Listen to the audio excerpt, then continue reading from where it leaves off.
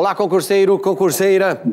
Retrospectiva 4 do ano de 2013. Outubro, novembro e dezembro.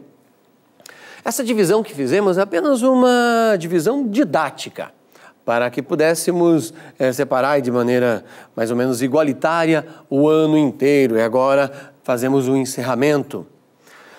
Mesmo procedimento das anteriores.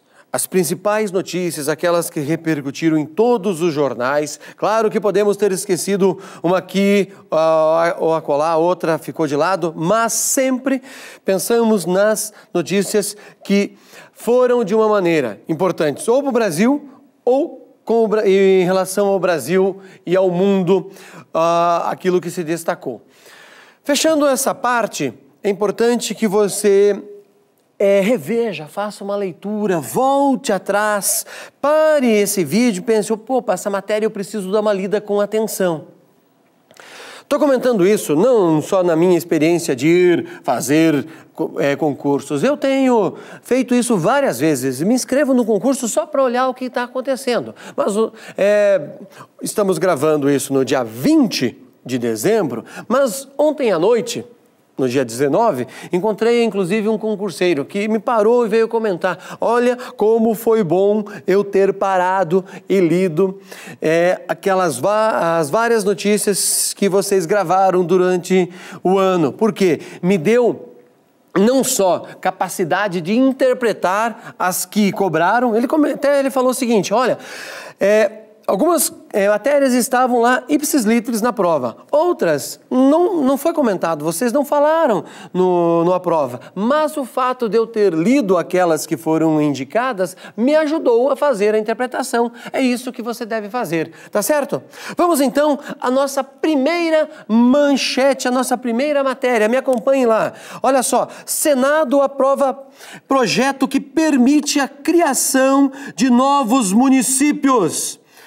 Criação de novos municípios é importante para o Brasil. Está aí Renan Calheiros, uma figura bastante questionada em nosso país. O Senado aprovou nessa quarta-feira, dia 16 de outubro, o projeto que permite a criação de novos municípios.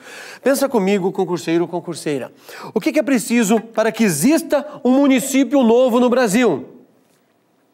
Como não tem mais terrenos, áreas em nosso país livres, digamos assim, abandonadas, que não pertencem a ninguém, terras devolutas, para existir um município hoje dentro do Brasil, é necessário que ele se desmembre de outro, que um povoado, que seja um distrito, que é um distrito que pertence a um município, seja desmembrado, ou seja, o município perca território e aquela parte que foi desmembrada se transforma em outro. E daí? Precisa de um prefeito, vice-prefeito, vereadores e, claro, toda uma máquina pública para fazer esse município funcionar. Então vamos lá. Veja como isso aqui vai se encaixar com outras notícias lá em dezembro. Mas lembre-se que em outubro teve esta aprovação. Vale a pena pensar os motivos que levam a se criar municípios em nosso país, sabendo que o Brasil, nos seus 8.514.000 e alguns quebrados de quilômetros quadrados, está dividido hoje em 5.565 municípios. E o projeto, lá de outubro, liberou para criar novos. O Brasil tem essa necessidade. Os anos 80 em diante foram muito férteis para a criação de municípios, principalmente depois em anos 90, e assim foi, e depois barrou-se a criação, e o Senado agora volta a ressuscitar isso. Ok? Então, esse ponto é importantíssimo. Vamos fechar essa notícia e vamos aqui para a próxima agora. Me acompanhem lá, veja só, essa outra aqui, ó. Dilma veta projeto que permite a criação de novos municípios. Claro que essa notícia, aí ela já está adiantada, por isso que elas se conversam, eu disse que elas teriam relações ao longo do ano.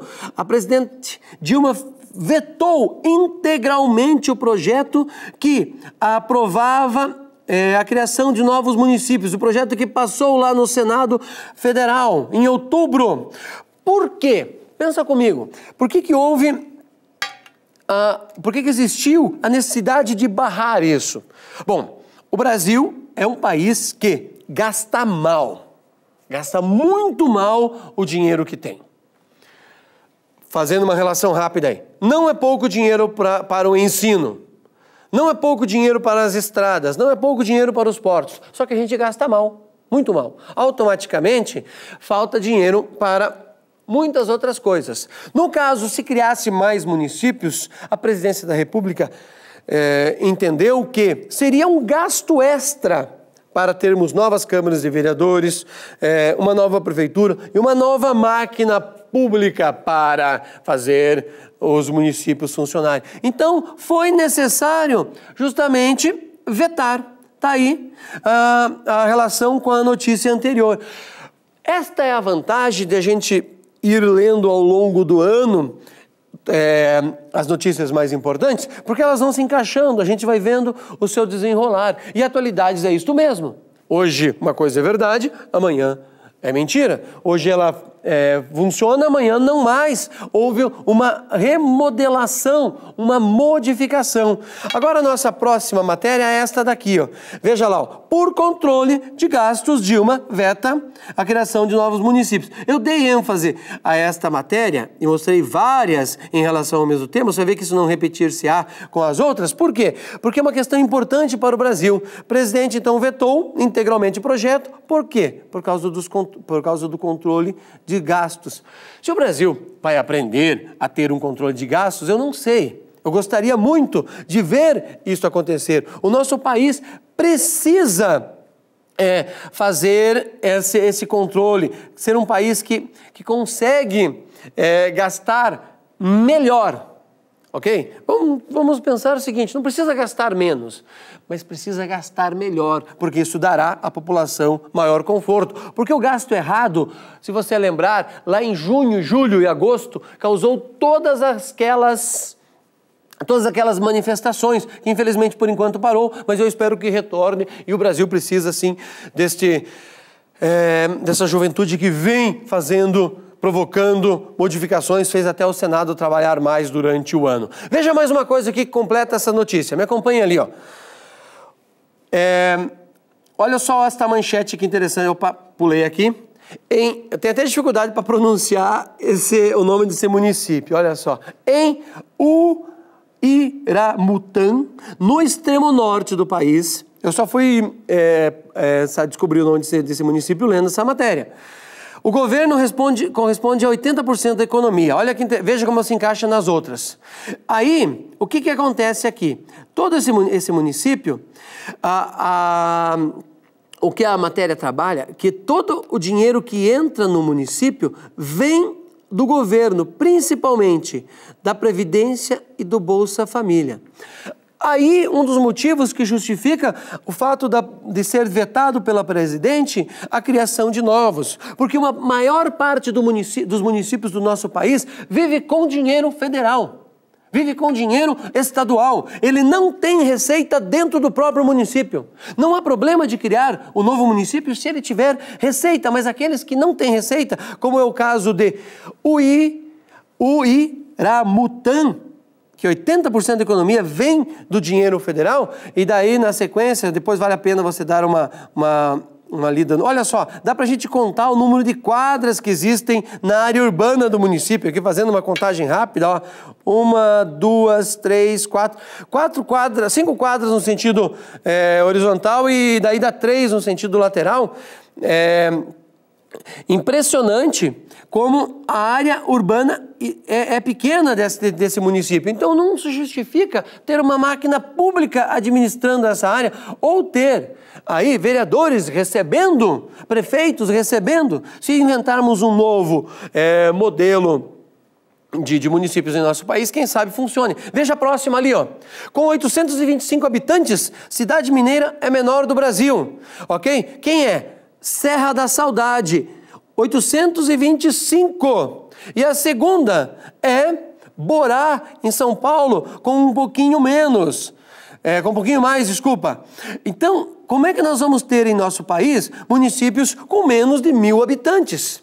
Ok? Fica a dica aí. Essa matéria, essa questão de criação de novos municípios é muito importante mesmo. Você deve ficar atento a isso e ao longo do ano de 2013, 2014, perceber que, de uma maneira ou de outra, isso vai ser cobrado nos vestibulares, vai ser cobrado nos concursos, porque se refere à máquina pública brasileira. E quem vai administrar o país precisa ser uma pessoa antenada com todos esses fatos. Tá bom? Veja comigo agora essa próxima matéria aqui, ó. Veja lá. Essa matéria se desenvolveu ao longo dos últimos 3 meses. Ao longo dos últimos 2 meses de 2013. Brasileira bióloga deixa a prisão na Rússia. O que eu quero trabalhar com você aqui? Ó? É o que está escrito nesse cartaz quando ela sai da prisão. Save the Arctic. Salve o Ártico. Vamos lá. Por que é importante se preocupar com o Ártico? O Ártico e o Polo Sul, o Antártico, o Antártico e o Polo Ártico, são 2 grandes geladeiras em nosso planeta que servem para equilibrar o clima, tanto no Polo Norte quanto no Polo Sul. E este pessoal do Greenpeace que fez a ocupação ou invasão, esse termo jurídico vai depender de quem julga, quando invadiu as plataformas russas no Polo Ártico, sabendo que a Rússia é o país que mais tem território no Polo Ártico, é o país do mundo que mais tem litoral, só que fica congelado, vem explorando gás e petróleo, como o Brasil faz na nossa plataforma continental. Só que lá, isso está embaixo do gelo.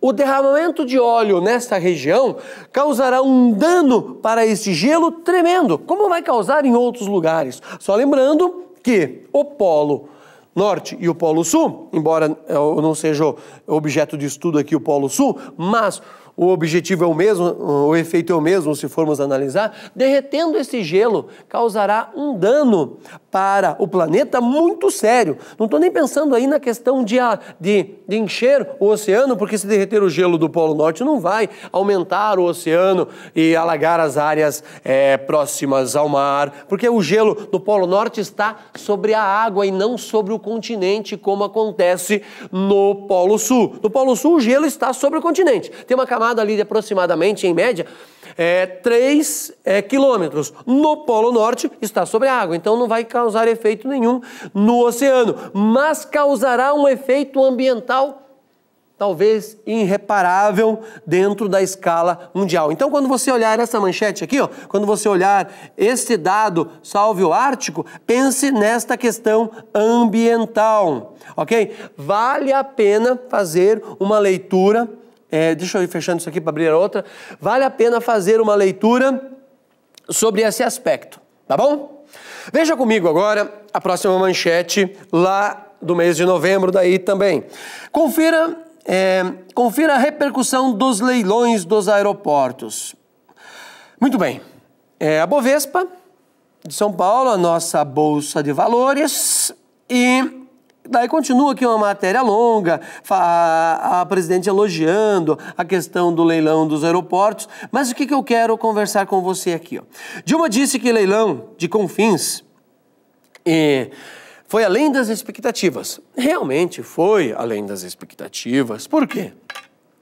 Rendeu mais dinheiro do que a venda, ou melhor, a concessão para a exploração do pré-sal. Bem mais. Se você imaginar a importância que tem os dois. Mas por que foi tão importante? Por que rendeu tanto dinheiro isso? Os especialistas entendem que o Brasil tornar-se-á o segundo ou o terceiro, dependendo do ponto de vista aí, mas um dos mais importantes mercados aéreos do mundo. Isso movimenta muita grana e movimenta uma cadeia produtiva absurda, colossal, que agrupa vários países que fabricam os aviões, engenheiros, construção de pistas, operadores de aeroportos, é muita gente envolvida, portanto, muito dinheiro. É claro que deu briga para trabalhar na concessão ou na privatização. Isso aí vai depender de quem está observando. É claro que o pessoal de esquerda vai trabalhar com o termo concessão. O pessoal de direita vai trabalhar com o termo privatização. Nesse ponto, eu sou Deng Xiaoping. O que Deng Xiaoping dizia? Não interessa a cor do gato. O importante é que ele coma o rato. Não me interessa como é a coisa, se é direita ou esquerda que está no poder. O importante para mim é que funcione e o país se desenvolva. Se privatizar, vai desenvolver. Se fazer a concessão, vai desenvolver. Tanto faz. Então, talvez seguirmos esta visão de Deng Xiaoping ajuda bastante. Me acompanhe na próxima agora, veja lá. Brasil transforma. Esta daqui virou piada, mas por que eu quero trabalhar com esta matéria com você? Tá? Brasil transforma Black Friday em Black Fraud. Diz Forbes. Olha que interessante. Concurseiro, concurseira. Tivemos a chamada Black Friday em nosso país, que é uma cópia dos Estados Unidos, já que nos Estados Unidos eles trabalham... Aqui a gente fala, o ano fechou no vermelho, né? Para dizer que as coisas estão dando prejuízo. E o ano fechou no azul para dizer que as coisas estão boas. Nos Estados Unidos, para dizer que as coisas estão boas, diz que fechou no preto. E essa Black Friday é justamente para eliminar os estoques, fazer aí a última coleta de lucros, mesmo com grandes promoções, para quê? Para começar um ano com estoque novo e poder continuar as vendas. Em nosso país, volta lá, por favor. Olha só, quando a gente faz essa análise aqui, mostra uma coisa, que nós não estamos preparados para um fato, agirmos como consumidor. Como assim agirmos como consumidor? Olha só o que aqui no caso, o José Simão, por isso que eu falei que transformou em piada, né? Daí ele volta e usa o termo da Forbes lá, que daí é uma matéria mais séria, e aqui, não que não seja séria essa brincadeira aí, da manchete que ele colocou, mas isso só mostra como nós não sabemos ser consumidores. Note que quando você vai hoje para fazer uma compra, tem do lado do caixa um código do consumidor. Uma pergunta: quantas vezes você abriu na sua vida o código do consumidor? Quantas vezes você leu pelo menos a apresentação? Isso demonstra que o Brasil não sabe ser consumidor. Talvez este ano, por isso essa matéria é importante, talvez 2013 tenha sido um marco para a questão do consumo em nosso país. Quem sabe o boicote que fizemos esse ano, e aconteceu o boicote, tá certo? Teve promoções reais, teve lojas que foram justas, sim, mas só que teve uma boa parte, ou a maior parte, que foi injusta. E sempre nos enganaram. Isso não é verdade.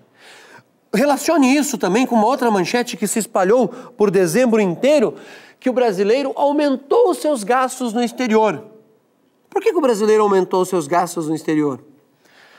Veja, em muitos casos compensa eu sair do país, ir para os Estados Unidos e voltar com as malas entupidas e até pagar a Receita Federal, os seus 50%, 60% que tem lá de tributação, ainda fica mais barato do que aqui. Tem algo errado.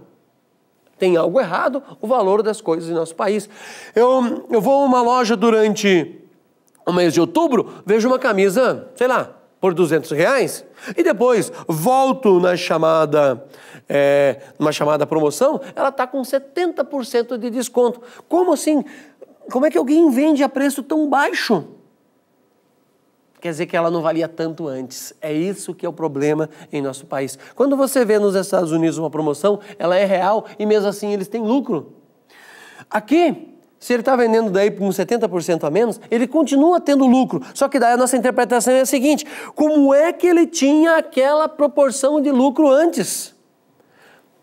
Ou seja, nós precisamos aprender a ser consumidores. Quem sabe esta foi uma deixa em nosso país, quem sabe nós consigamos ser consumidores a partir de 2013. Nossa próxima matéria, me acompanhe lá, por favor. Jornal Valor. OMC aprova em Bali primeiro acordo comercial em décadas.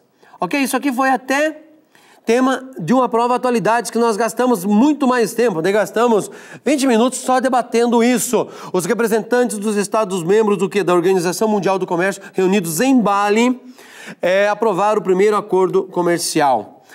Qual que é a importância desta matéria? Vamos lá. Primeiro, quando um brasileiro assumiu a OMC, lembre-se, os Estados Unidos não queria. Os Estados Unidos queriam um mexicano. Por que ele queria um mexicano? Porque os Estados Unidos têm um poder muito maior sobre o México. O México nunca reclamou de ser, por exemplo, espionado. O Brasil reclamou e causou danos aos Estados Unidos seríssimos. Lembre-se, nós deixamos de comprar caças dos Estados Unidos. Os Estados Unidos achava que venderia para nós e tudo assim, indicava até aquele momento que nós compraríamos os aviões dos Estados Unidos e daí deixamos de lado o único baile oferecido a um outro país na Casa Branca foi deixado de lado porque o governo brasileiro não quis participar.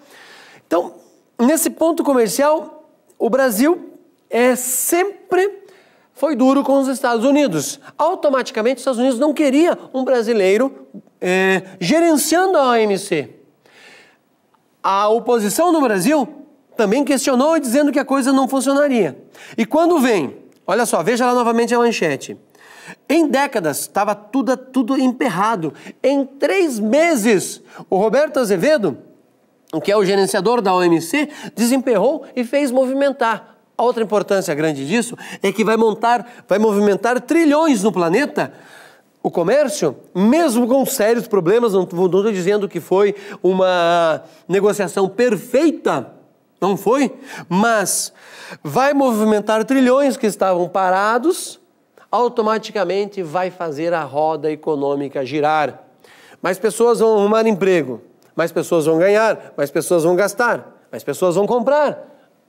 A indústria vai vender mais. Então, esta manchete, OMC aprova primeiro acordo econômico em Bali, deve ser pensada a partir desta argumentação que eu acabei de fazer agora com você. Importante essa interpretação aí em relação à OMC, tá bom?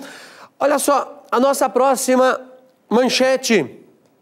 Isso aqui é, claro, mais relacionada à economia internacional, ok? A Alemanha não quer adiar união bancária na zona do euro. Qual que é a importância disso, concurseiro, concurseira? O que você entende a partir disso, desta matéria?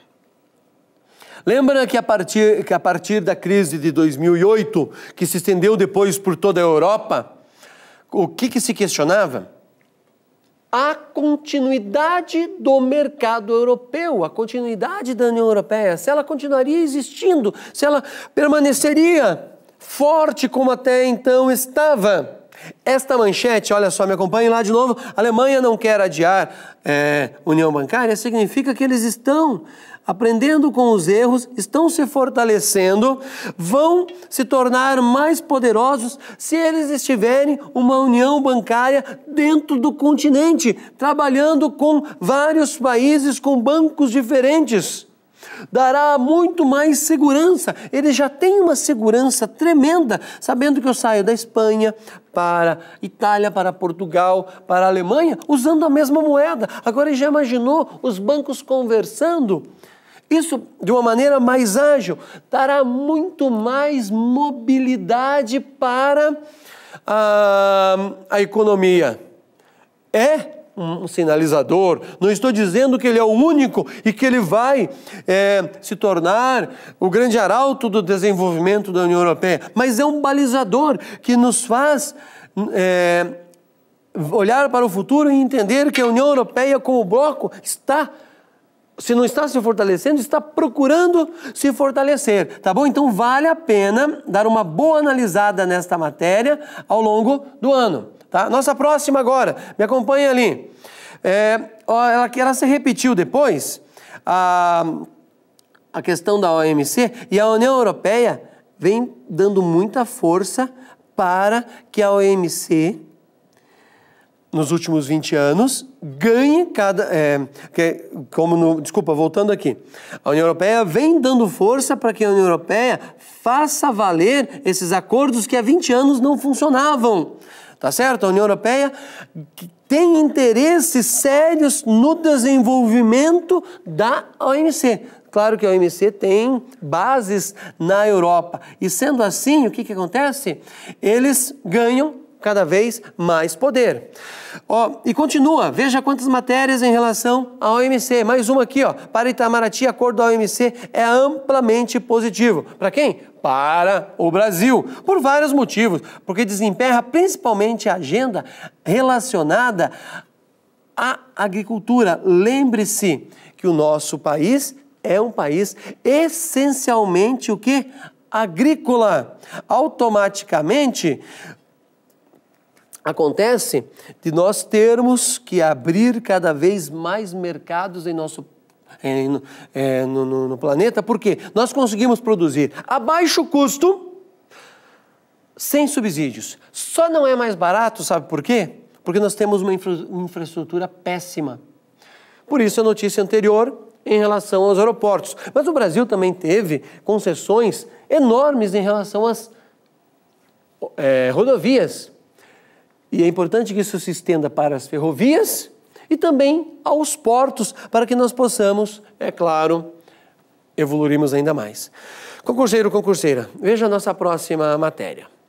Essa daqui você passou uma semana vendo na TV. Mandela será enterrado no dia 15 de dezembro, diz a África do Sul. Estou falando aqui do enterro do Madiba, porque o seu corpo foi enterrado, mas suas ideias, as ideias desse homem que conseguiu, e não adianta esse é o seu maior feito, não adianta dizermos ao contrário, conseguiu sair depois de mais de um quarto de século em uma prisão, em um quarto, entre aspas, um quarto, se é que eu posso chamar uma prisão de um quarto, de 4x2 ali, depois de um quarto de século e saindo dessa cela,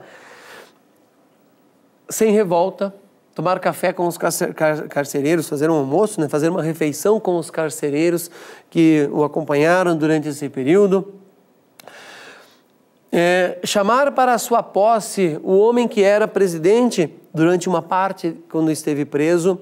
Então, esta capacidade de ter perdoado geralmente é difícil para um líder de um país despertar o perdão. E ele conseguiu fazer isso. E um exemplo para a África, que tem conflitos tribais tremendos. Lembre-se, a África é um continente com mais de 50 países, mais de 3 mil idiomas, que tem conflitos tribais absurdos. A África tem o mais novo país do mundo, o Sudão do Sul. E o Mandela conseguiu pregar isso. Lembrem-se, Mandela esteve na lista, na época do Reagan, dos maiores terroristas do mundo, tanto para os Estados Unidos como para a Inglaterra. E Obama esteve lá tentando demonstrar que eles não pensam mais assim hoje. Aliás, o Mandela, por circunstâncias, é claro que pode ser visto apenas com um aperto de mão, mas pelas circunstâncias obrigou até Obama a fazer um gesto que os Estados Unidos não fazia para mais de meio século. Cumprimentar um cubano, no caso, o irmão do Fidel, que causou já tantos transtornos aos Estados Unidos. Então, ficar atento a isso é muito importante, tá? A questão do Mandela, nós vamos ainda ouvir falar muito deste homem pela questão do perdão. Lembre-se de uma frase que eu sempre comento aqui, que entre países não tem o quê? Amigos. Entre países existe apenas interesses. Automaticamente, o Mandela acabou mostrando que é possível entre países a gente perdoar. E daí isso não vale, né? Mais uma foto dele aqui, por favor, só para a gente fechar essa parte do Mandela.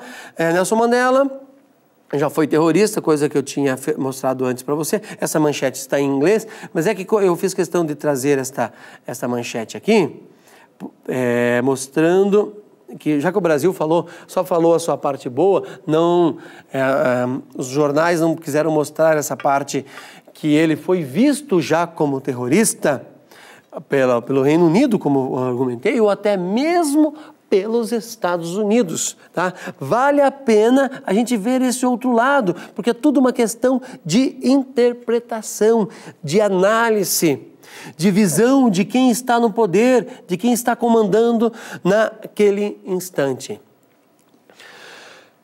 Muito bem. Você deve lembrar também de a prova atualidades que fizemos durante a Assembleia Geral, a abertura da Assembleia Geral da ONU de 2013. Lembre-se que o Brasil sempre é o país que abre, é uma tradição. Muito bem, esta abertura de 2013 da Assembleia Geral da ONU trouxe um fato novo. Por quê? Acabou-se de descobrir, fazia pouco tempo que divulgou-se, a gente já sabia, claro, o mundo já sabia, o Chaves foi chamado de louco quando denunciava isso, mas o mundo já sabia que todo mundo era espionado, mas ninguém tinha visto nenhum fato concreto. Surge o Snowden, que também já foi trabalhado amplamente durante a nossa prova atualidades, e mostrou provas concretas das espionagens. O que aconteceu? Na Assembleia Geral da ONU, a Dilma foi a primeira a entrar e exigir que fizesse um marco regulatório para a internet mundial. Não sei se vai acontecer, não sei se é viável. Eu estou falando aqui, antes que eu escute críticas em relação a isso, eu quero que você pense com o seguinte ponto de vista. Isso é uma questão diplomática. Foi uma provocação para que as espionagens deixassem de acontecer. O que eu duvido que deixe de acontecer, mas quando ela fez isso na ONU, chamou a atenção do mundo. Logo depois a Alemanha também fez. Logo depois descobriu-se que Angela Merkel vinha sendo espionada. Agora veja a manchete comigo ali. Olha o que acontece. Brasil e Alemanha vão pressionar a ONU para quê? Para um acordo que adote uma resolução de privacidade na internet. Isso aqui era lá de outubro. Tá certo?